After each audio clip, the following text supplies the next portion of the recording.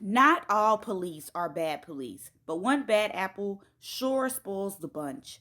A combination of cliche phrases fit one of the most heated debates in the United States as unarmed civilians are being murdered by police at alarming rates, yet police rarely pay for the crimes they committed.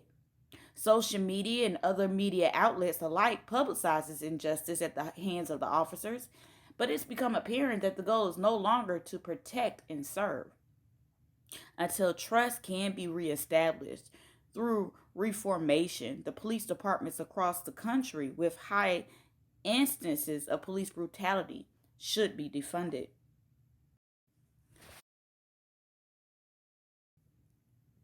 The question is, were police truly created to protect and serve, or is there a darker truth to their original story? According to The History of American by Waxman, the first police department was established in 1938, and as early as they were conceived, they were corrupt, accepting bribes and covering up political crimes.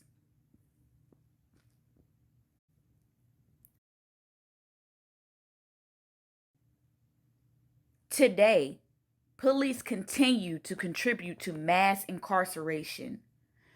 13th starts with a quote by President Obama stating that the United States is home to 5% of the world's population, but 25% of the world's prisoners.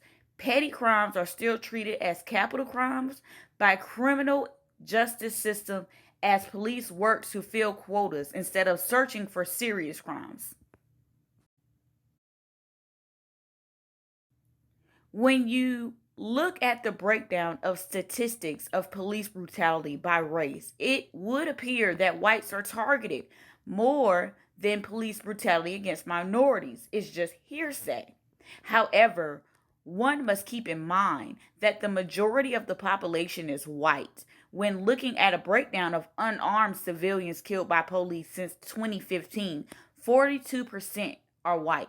36% are black, 18% are Hispanic, 4% is other, according to Schwartz. To put in simpler numbers, according to the Cop Watchers, a documented series on Netflix about policing through video surveillance, for every 10 people stopped by NYPD, 8 are black or Hispanic, and while the other number of people killed by police continues to rise, the number of them held accountable for their crimes stays steady.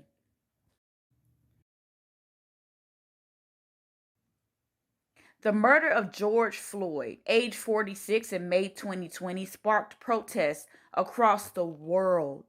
He was just one of many black lives lost in police brutality that was publicized. How many more black lives must be lost before we reform the corrupt system that gives the police authority to play judge, jury, and executioner? The people of America have finally reached their breaking point. As more marches, protests, and riots became the response for unwanted police brutality, the outcry against violence did not stop with Rodney King. In response to the acquittal of Trayvon Martin's murder, Black Lives Matter was born in 2013.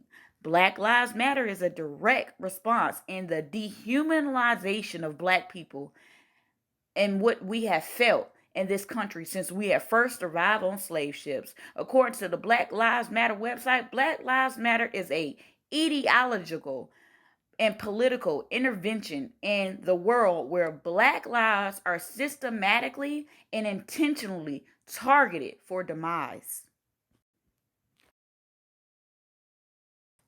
How many more unarmed civilians being abused and killed by the police does it take before corrupt police departments are appropriately defunded? If citizens continue to ignore the disproportionate crimes against minorities, the future is bleak.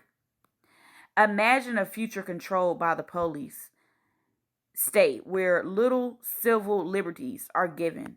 Defunding is not just a pipeline dream, as many local governments have begun to funneling funds into local programs instead of police department. It is the responsibility of all Americans who believe in equality to continue to protest corrupt police departments until they are appropriately defunded.